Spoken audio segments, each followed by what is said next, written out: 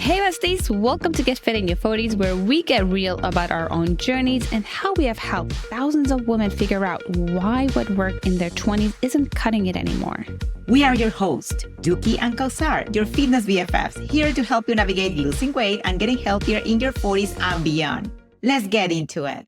To another episode of Get Fit in Your 40s. I'm your host, Dookie. I am Kausar, and this episode is super special because we're going to be talking a little bit about everything, especially some of the burning questions that you guys have asked us on our Instagram, such as, what are the key exercises for women over 40? It was asked by Maria and Carolina. What is the biggest mistake in first-timers? And how do you continue to stay motivated after a year? By Juliana. What is the portion of carbs I should be eating in perimenopause? This question was by Madiha. And does BFF have a trial period? By Rahil. Very interesting questions. I love it. Awesome. I would like to start this episode by talking about my best friend, Duki, who had a heck of a month. Please tell us about how you're feeling. How are you doing? For me, yes. January was the longest month ever. It was a really heavy month. So I was taking a shower after a meeting, and then I found a lump on my left breast. Of course, I said, oh shoot, what is this? I checked twice because I was in my period. Mm-hmm. So usually women have certain lumps due to hormonal changes. So I was like, maybe it's that, but I didn't give it a chance. Mm-hmm. Immediately, I called my doctor to schedule some testing. When I found the lump, I thought that something was wrong with me. I have cancer, I'm gonna die. So it was really stressful. Why I'm sharing this? Because after I got my first appointment with my doctor, I was shocked. Once I shared with my friends, have 1, 2, 3 lumps, and I'm like, what? I know what? You told me that, and I was like, 3 lumps. Yeah, you haven't had any lump, no. Which is amazing thing. Yeah. But I was talking to my friends, and I guess it's like after 40, this becomes a little bit more common. You are still not there, and I hope you don't go through this. But then sharing with my friends and learning that they've been going through it, it really helped me to ease my anxiety and to understand that a lump can be many different things. A lump doesn't mean cancer immediately and that you're gonna die. So my friends have 1, 2, 3 lumps, and they live with the lumps there, and they just monitor every 6 months. So I'm gonna go over like the time frame just so you are prepared in case that you go through a situation like this. So I found the lump. Then you go to the appointment to your gynecologist, a week or 2, depending.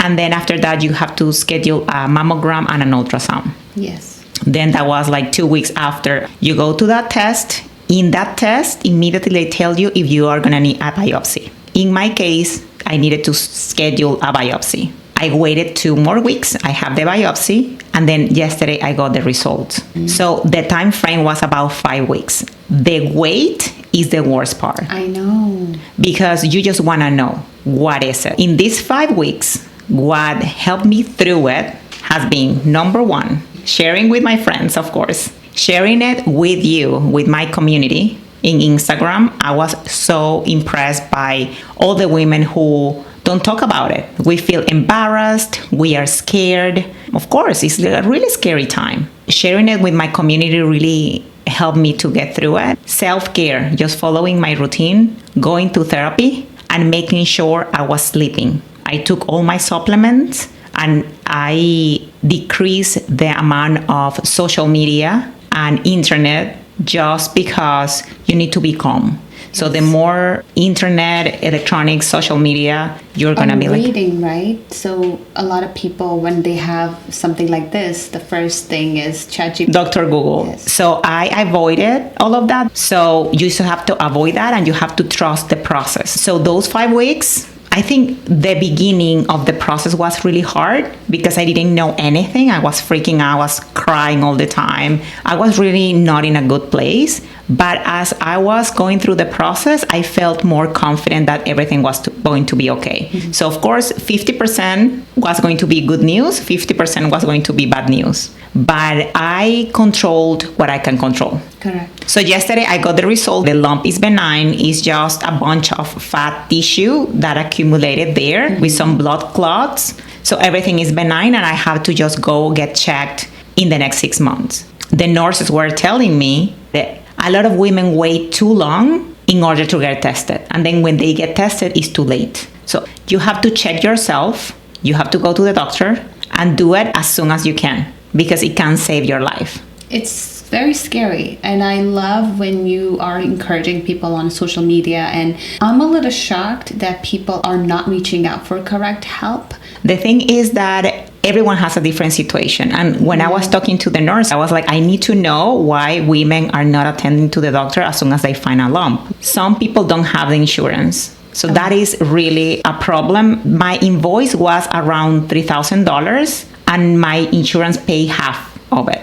So if you think about it, I had to pay $1,500 for a testing that I didn't have any choice. I needed to know if the lump was benign or not. But some people don't have this luxury. In this country, it's really hard. Some people have a lot of responsibilities. They have to work, they have the kids, they have their parents to take care of. So taking the time to go and get tested is money for them, because they have to lose one day of their job. It is a lot. I'm very grateful that I have the time to attend to my appointments, that I have the insurance, because that is not the reality for many. Great advice. That being said, let's dive into the questions. Okay, Yes. so the first question was asked by Maria and Carolina. What are the key exercises that you have to include in your routine after the age of 40?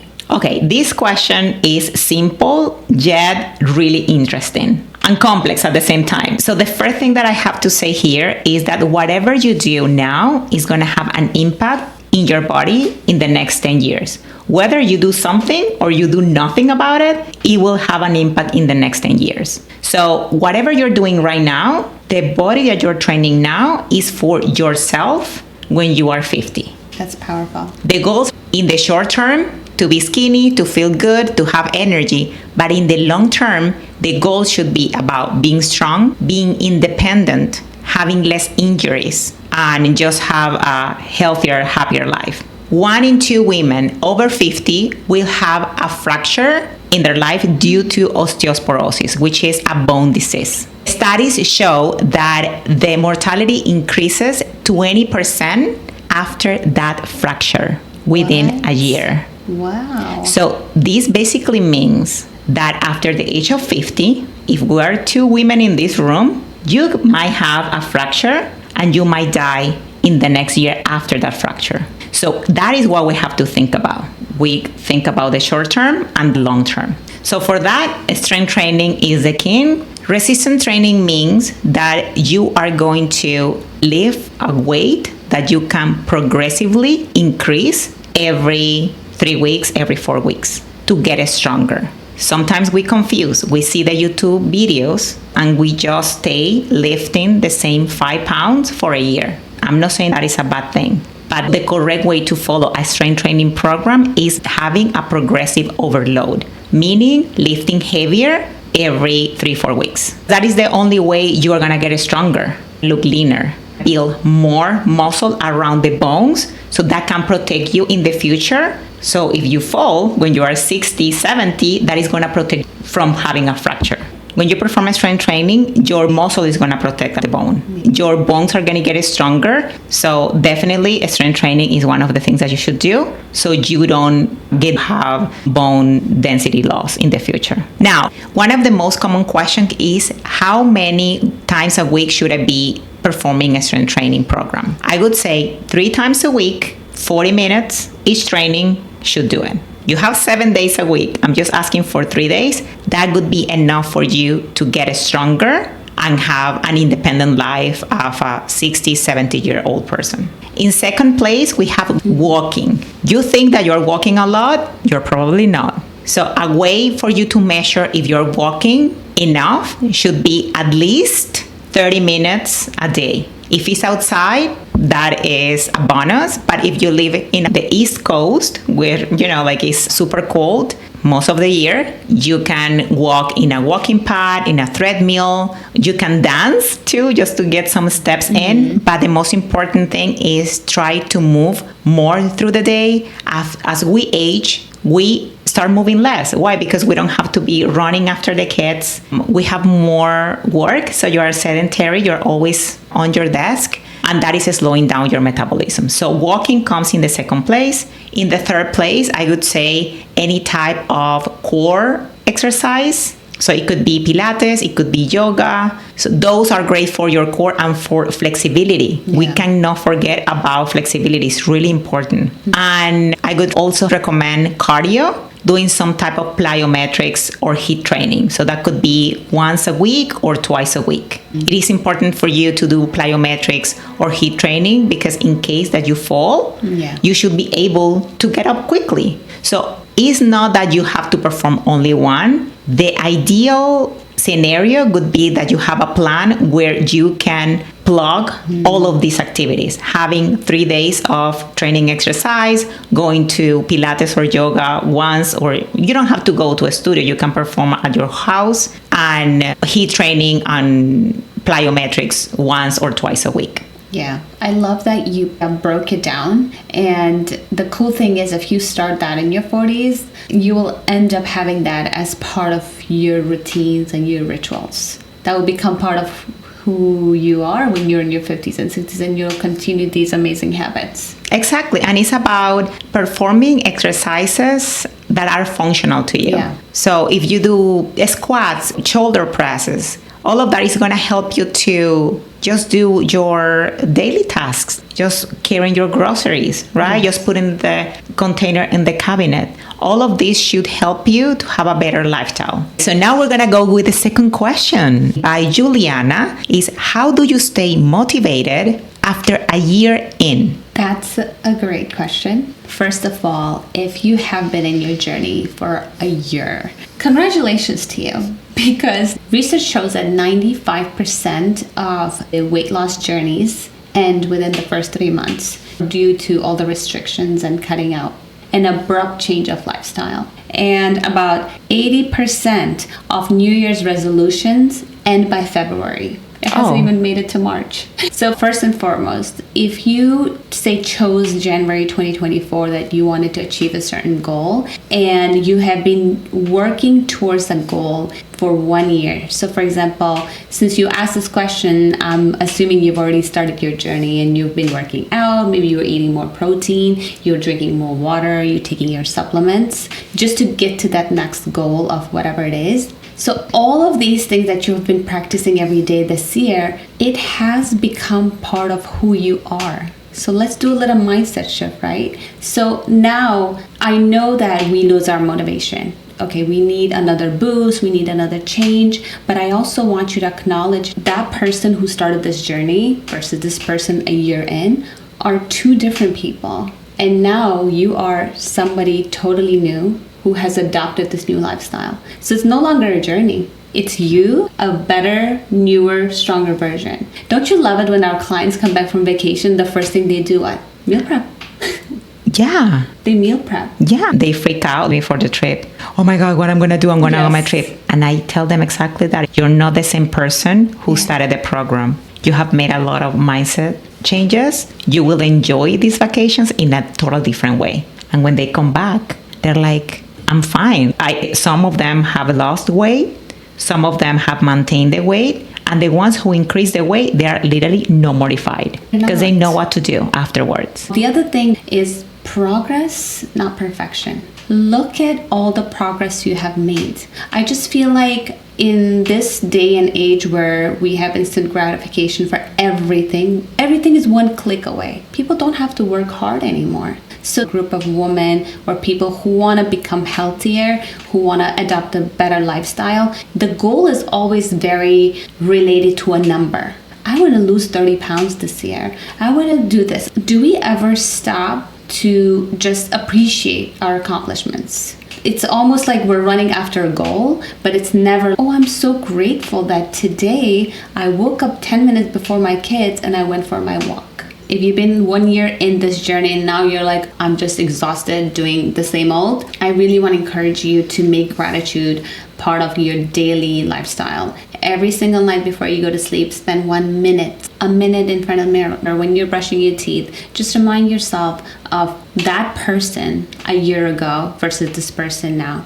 who is she? She's a totally different person. And even if this day you didn't accomplish anything, you're still gonna be grateful for where you are in your journey. You are exactly where you need to be. So keep it going with that positive mindset.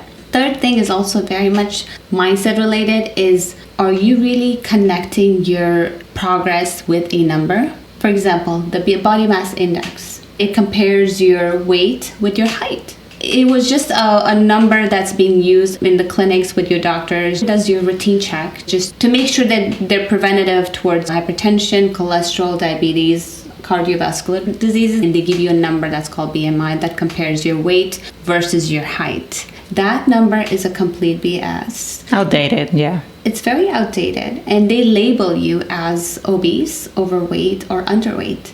And that causes a lot of people to stop doing what they were doing. They fall off the wagon. They start going after the new diets and trends. And so if you started a journey a year ago and you've been working out, you've been lifting weights, chances are you have built a lot of muscle mass. There was a myth that said muscle weighs more than fat. That's not true. They weigh the same. Muscle and fat weighs the same, but muscle is leaner. They take lesser space. So you probably don't have that much body fat. You have muscles. You might weigh a little bit more than you did a year ago because you have more muscles, but then your doctor is going to say, oh, you're overweight. What do you do with that information? You know, that piece of information make me think why we're so scared on stepping on the scale. Because that's our experience with our doctors have been like, if you weigh more than this, you are in a risk. Yes. I never saw it that way now that you're talking about that. Yes. So our fear about the number on the scale started with our doctors. 100%. Just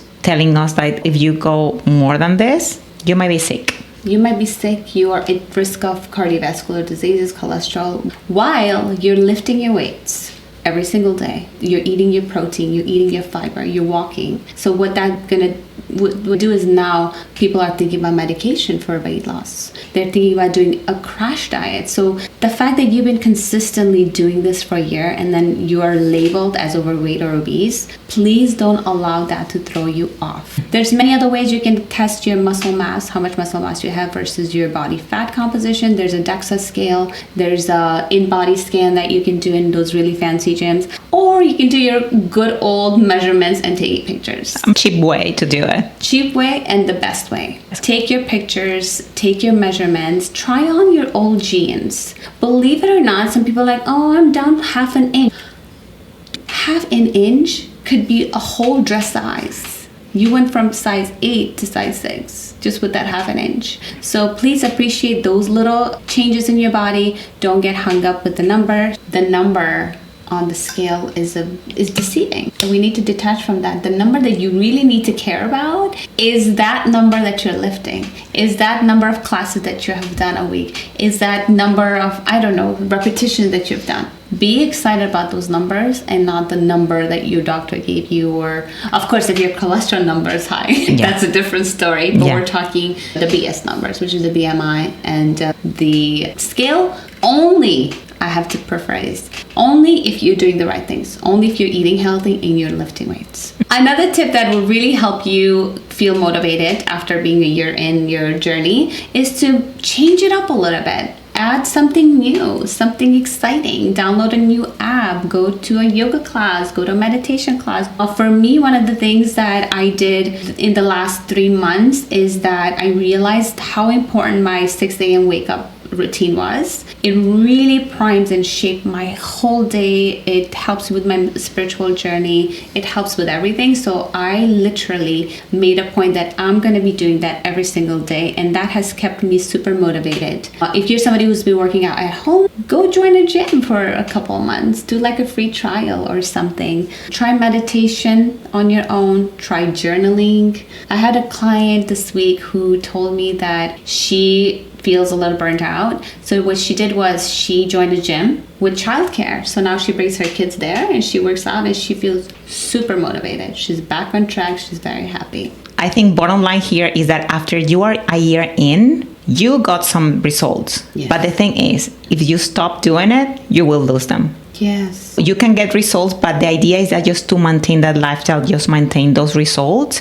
If you haven't gotten the results that you wanted, you have to keep working on them. For example, in my case, at the beginning, I always like to separate my journey in phases. The first phase was understanding my habits and changing my habits because I was in zero. The second phase was going to the gym because I was so scared of the gym. So I started like training, like just gym class, just getting comfortable with that.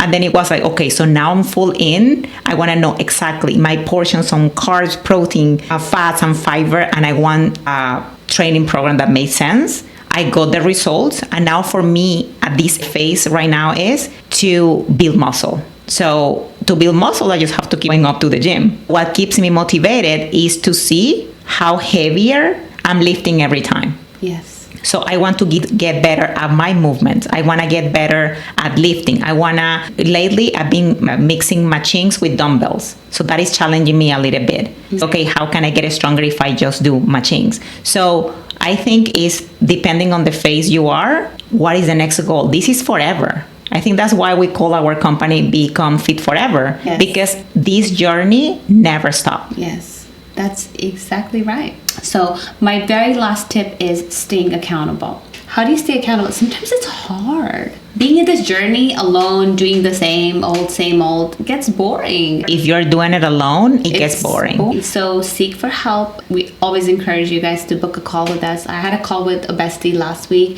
She just talked to me about her journey, and it was a pleasure. She didn't have to sign up for anything, but she did this call, and she felt validated because she's like, oh, I'm doing all these things. And I'm like, okay, let's continue and do this and that. So you can book a call with us. You can join our program. You can join your own local gym.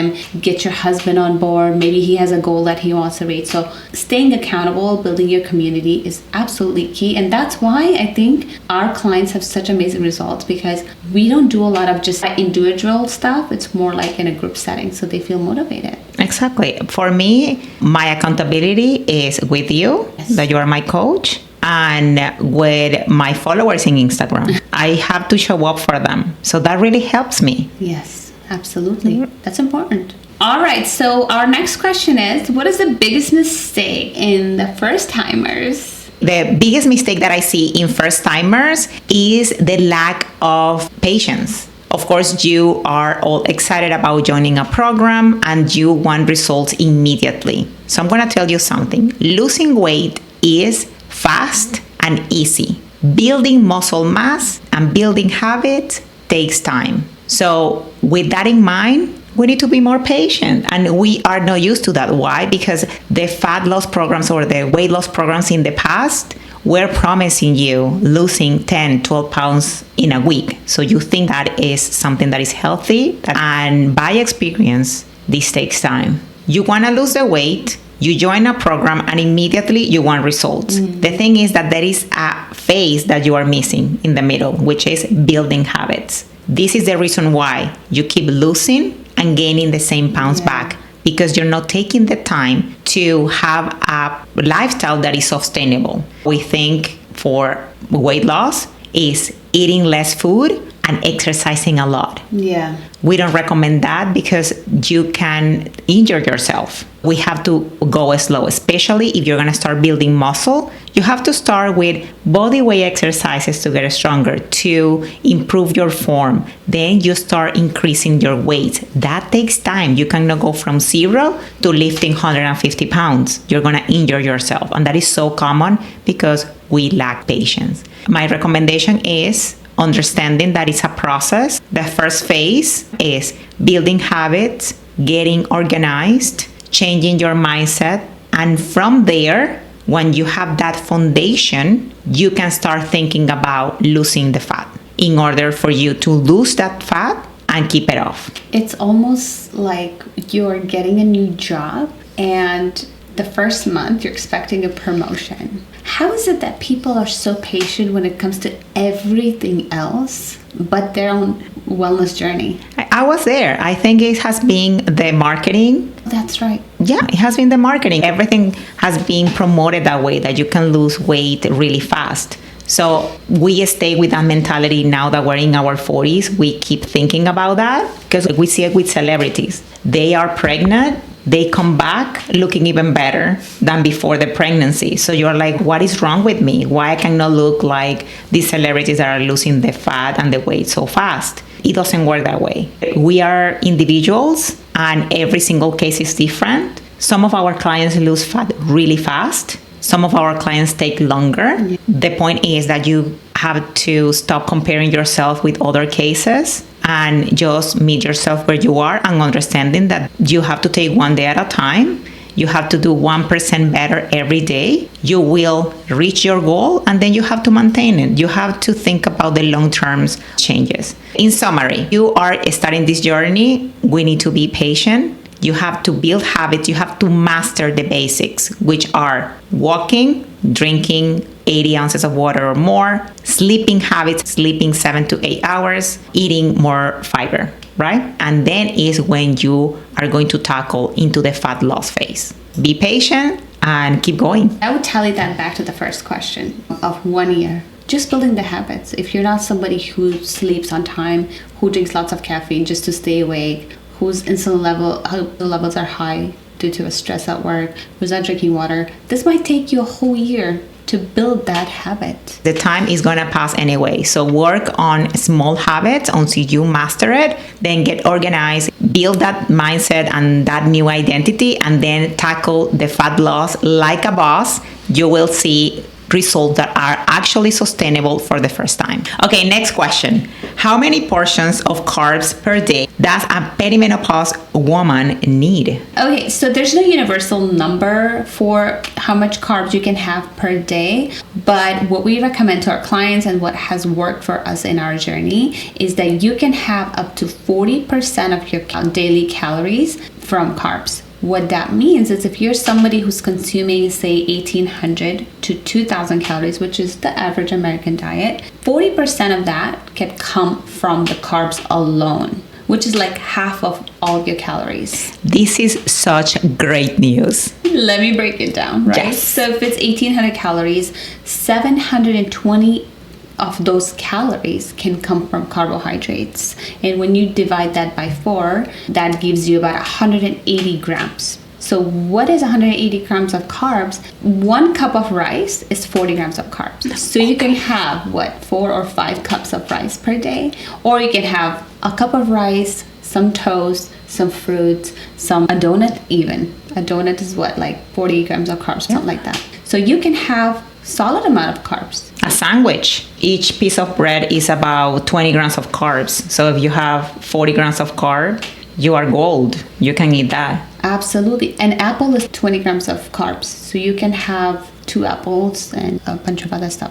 But here's the catch. If you're a woman over 40, due to drop in estrogen and progesterone, you're a little bit more resistant to insulin. Your body cells are less responsive to insulin. That means the way you used to digest glucose in your 20s and 30s, you can no longer digest it like that. That's why a lot of women are at risk of type 2 diabetes at this age. So the way you were eating in your 20s and 30s may not work quite as much in this age. So you have to be very particular about what kind of carbs you're eating. So we recommend that if you're eating 180 grams of carbs per day, anywhere between 30 to 40 grams of that should be coming from fiber. I know I'm throwing a lot of numbers out there, but there's a very easy way to see how much fiber is in all the foods that you're eating. We have added a fiber cheat sheet in the show notes, so make sure to go and grab that. However, what is fiber? Fiber is a type of carbohydrate that does not digest. So it goes through our digestive tract, it stays in your stomach, it serves as prebiotics, feed our gut bacteria, so it helps you with your immune system, it helps you stay full for a much longer period of time.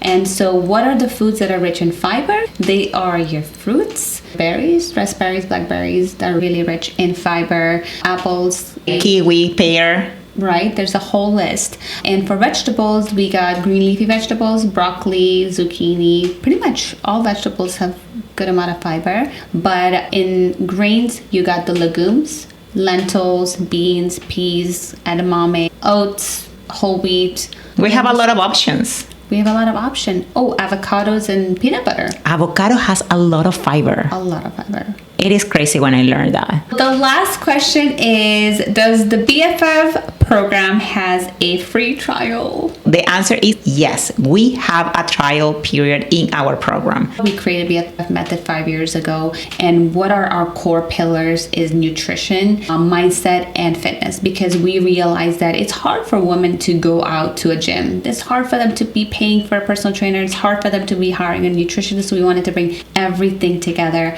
and we also have a community aspect where we coach you in a form of group. It's a one-stop shop for everything. It's fitness, nutrition, mindset. We have 2 programs. Our BFF VIP is where majority of our clients stay and they see results, and that's more like a long-term commitment. So you're either committing to 4 months, 6 months, or over a year. I actually graduated a client after 2 years yesterday. And if you want a trial, we have a baby version of our VIP, which is Fit in Your 40s, that we created 2 years ago. And that's been so amazing for a lot of the people who are scared to make this commitment. They learn about the BFF method, they learn how our app works, and then they get the results and then they stay. So the Fit in Your 40s 4-week accelerator program is our trial program. You might see 5 pounds, 6 pound, 10 pound drop. You might not see anything, but you will love the program. You will want to stay, and you will stay in the VIP program just until you get where you want to be in your fitness journey. We just answered all the questions that you had.